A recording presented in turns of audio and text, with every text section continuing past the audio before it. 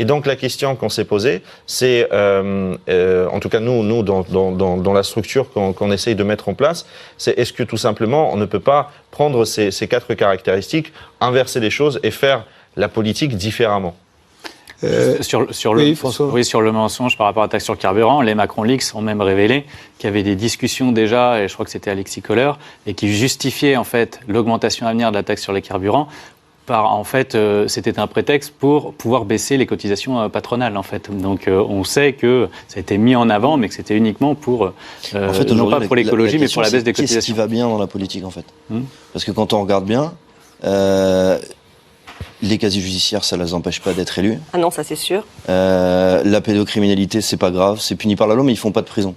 Ils ont le droit, c'est pas grave. Depuis 13 ans, où vous avez vu ça? Il y a 4 personnes dont les noms sont assez connus qui se permettent de sortir des phrases. Par exemple, une petite fille de 5 ans qui vous ouvre la braguette, c'est un moment magique. Ce genre de choses. Ce à quoi vous faites allusion n'a certainement pas été dit si, ça a été sur des plateaux de télé. Non, pas spécialement la semaine dernière, mais il n'y a pas besoin de... Non, je suis pas en train de dénoncer quelque chose qui se passe de la semaine dernière. Là, ce qu'on dénonce, c'est pas non plus. Donc, ce mouvement est là aussi. D'autres époques, avec d'autres références. Des gens qui sont et les choses ne disaient pas la même chose. Ne voulaient pas forcément dire la même chose. Non, mais ce que je veux dire, c'est qu'il y a des choses. Après, on peut parler de plein d'autres sujets. On peut dire, par exemple, un jeune homme de 26 ans arrive à avoir des badges d'accès au niveau à l'Élysée, se fait voler un coffre-fort. Et donc, on ne va pas refaire l'affaire Benalla. Non, mais je veux dire, c'est pas que Benalla, parce qu'en fait, Sarkozy, c'était pareil, il y a toujours eu des problèmes. Là, on a Juppé qui va peut-être aller au Conseil constitutionnel alors qu'il a des bagages. On lui a dit qu'il ne pouvait plus pendant 1 an se représenter à quoi que ce soit, puis finalement, il a le droit à l'oubli. Alors lui a le droit à l'oubli, mais les gilets jaunes qui ont juste manifesté parce qu'ils n'étaient pas d'accord, c'était comparution immédiate et ils sont aujourd'hui, pour certains, condamnés à des peines avec un casier judiciaire, avec des amendes à payer, etc. Incarcérés, ils n'ont pas le droit à l'oubli, donc ça pose problème. Ce que je vois, c'est qu'il y a 2 poids 2 mesures dans le sens où quand on est un simple citoyen, on n'a pas le droit à l'erreur. Par contre, quand on est à la représentation d'un pays, on peut se permettre tout ce qu'on a envie de se permettre parce qu'au final, qui va en prison ? Quel ministre va en prison ? Qui aujourd'hui a payé pénalement et de ses responsabilités est arrivé à un moment donné où on dit voilà, la loi c'est la même pour tout le monde, vous avez commis une erreur, vous avez commis une infraction, c'est du pénal, vous allez en prison. C'est arrivé. Mais...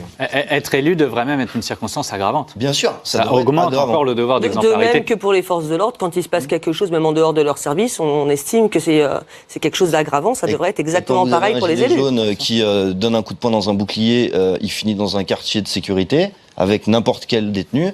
Quand vous avez un Benalla qui vole de l'argent et signe des contrats à l'étranger, vous avez une cellule de 9 mètres carrés avec téléphone, seul.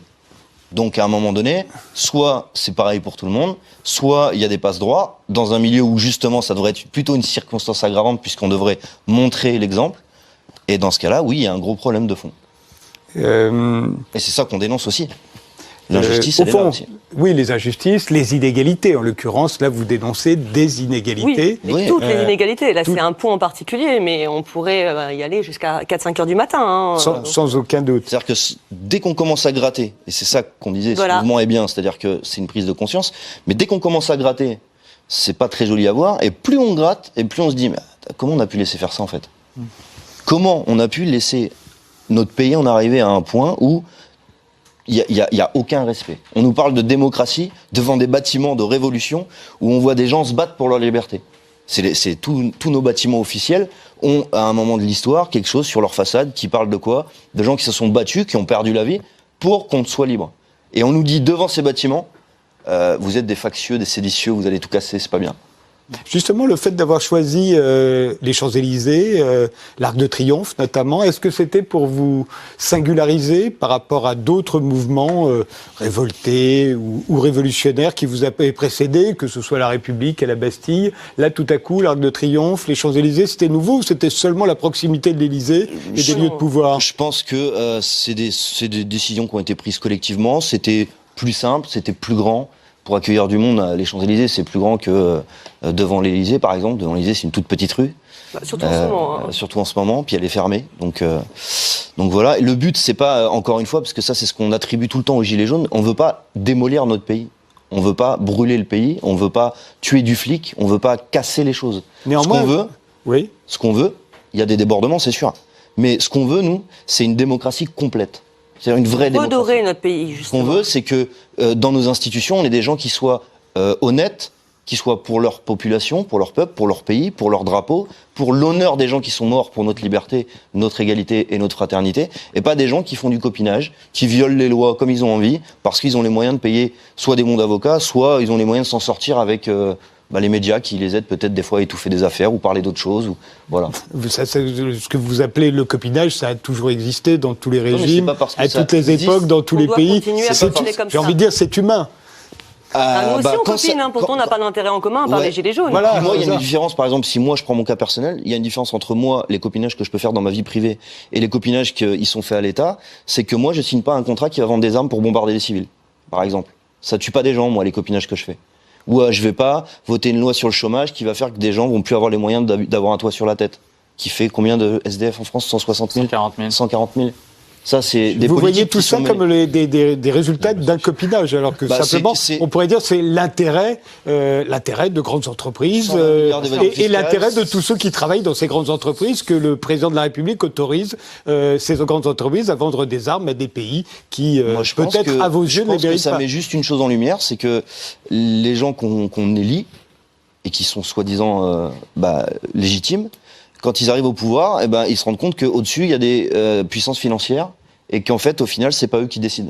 Alors, pardon, je me permets, mais ça se joue même en amont. C'est-à-dire qu'évidemment, les institutions, elles sont gangrénées par les conflits d'intérêts, et ça commence même pendant les campagnes électorales, où ce sont les riches qui choisissent leur petit cheval, et puis ils le financent, et Macron en est la quintessence. Je veux dire, aujourd'hui, il faut me donner un nom d'un richissime homme ou femme français qui n'est pas ami avec Emmanuel Macron. Il les a absolument tous à sa main, ou plutôt, il est dans la main de tous ces gens très très riches. Le président de la République française est non pas ami, mais en tout cas connaît absolument tous les gens qui sont... Qu'ils les connaissent. Le problème, c'est qu'il devient redevable. Il devient redevable dès lors que toute sa campagne a été financée par ces gens-là, et il est donc dans leurs mains, et ensuite, il rend l'appareil. Et ensuite, c'est la seule explication, par exemple, pour comprendre pourquoi on a privatisé l'aéroport de Paris, ce qu'on est en train de faire en ce moment, pourquoi on privatise la Française des Jeux. Voilà un patrimoine qui nous rapporte 800 millions d'euros par an. Dire, si on raisonne comme des boutiquiers, comme eux, comme des comptables, tout le monde sait que quand on a un patrimoine qui nous rapporte des revenus, on conserve le patrimoine pour engranger les revenus.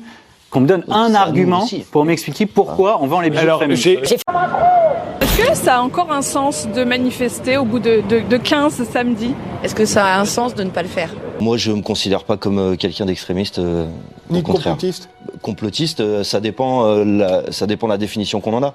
Si le fait de remettre en question la gestion par exemple, des personnes fichées sur notre territoire, c'est être complotiste, bon, écoutez, qu'on me colle cette étiquette-là, je veux dire, c'est pas ça, c'est que vous avez encore fait récemment des allusions au fait que Emmanuel Macron a été élu grâce aux francs-maçons, à la franc-maçonnerie, qui se ferait des petits signes quand il se serre la main. Non, moi j'ai pas parlé de signes j'ai pas parlé de ce genre de signes, etc. Je parle de la franc-maçonnerie parce que y a des unes comme Challenge qui en parlent. Hein. La franc-maçonnerie, c'est quelque chose qui existe, c'est pas quelque chose qui sort de l'imaginaire. Après, l'importance que ça peut avoir, ça, moi, j'en sais rien. Ce que je sais, c'est que quand ils sont tous dans un bureau à discuter ou dans un café à discuter, ça pose la question de savoir s'il y a une indépendance dans les médias. Par exemple, quand on voit des personnes du gouvernement qui vont boire un café avec ceux qui dirigent les médias, bon, est-ce que c'est vraiment indépendant? Je sais pas. C'est pas à moi de le définir. Mais le complot, dans ces cas-là, on peut dire, par exemple, Emmanuel Macron qui dit qu'il y a une ingérence russe dans le mouvement des Gilets jaunes, alors que c'est son propre garde du corps, Benalla, qui signe des contrats avec la Russie, des oligarques russes, et qui fait récupérer son coffre-fort par un ancien militaire russe. Le complot, je pense pas que ce soit moi qui le fasse, quoi. Oui, voilà, on en a une nouvelle définition du complot. C'est à partir du moment où on se pose la question et qu'on remet en doute, on devient complotiste. Donc, dans ce cas-là, moi aussi, j'assume d'être complotiste et je pense qu'on l'assume tous. Et je remets en question, on ne prend pas tout comme argent comptant et oui, on se pose des questions et c'est bien parce que c'est en se posant des questions qu'on se cultive et qu'on recherche davantage. Si je peux ajouter un mot sur le complotisme, vous savez, on se rend compte que dans la vie de société, que ce soit associative, municipale, etc., lorsque un certain nombre d'individus ont des intérêts en commun, même à petit niveau, ils s'arrangent entre eux pour faire avancer leurs intérêts. Il n'y a rien de choquant pour moi d'imaginer que des gens qui ont des centaines de milliards d'euros, qui ne voient plus les choses au niveau communal ou départemental, mais au niveau mondial, puissent s'arranger entre eux pour favoriser leurs intérêts et seraient capables de beaucoup pire de choses qu'on pourrait imaginer. Donc si le complot, effectivement, c'est de considérer qu'un certain nombre d'individus qui détiennent des centaines de milliards, qui détiennent des entreprises d'armement, qui s'arrangent avec différents pays pour commercialiser les armes et pour nous expliquer qu'ils se battent pour la démocratie et la paix, si remettre en question finalement un système mondial, parce que la question n'est pas que française, c'est d'être complotiste. Moi, j'appelle ça juste un citoyen éclairé qui n'a pas envie de croire en ce qu'il lui dit, il a envie de se renseigner, de lire, de remettre en question les choses. Et ça, c'est la chose la plus saine, en fait, finalement. L'esprit critique. Du coup, je vais en dire un mot quand même, mais on a vu l'exemple avec la guerre en Irak, où les États-Unis nous expliquaient qu'il y avait des armes de destruction massive pour justifier l'intervention militaire. Il n'y en avait pas. Et c'est du complotisme. Et il n'y en avait pas. Donc, à l'époque, si on remettait en cause, j'imagine, aux États-Unis, on aurait pu être traité de complotiste, puisqu'en fait, le complotisme, c'est rien d'autre que de contester la version officielle, c'est-à-dire la version du gouvernement et de l'État. Donc, le problème, c'est que parfois, l'État nous ment. Voilà. Donc, en fait, il y a deux erreurs à ne pas commettre avec le complot. La première, c'est d'en voir partout, et la seconde, c'est d'en voir nulle part.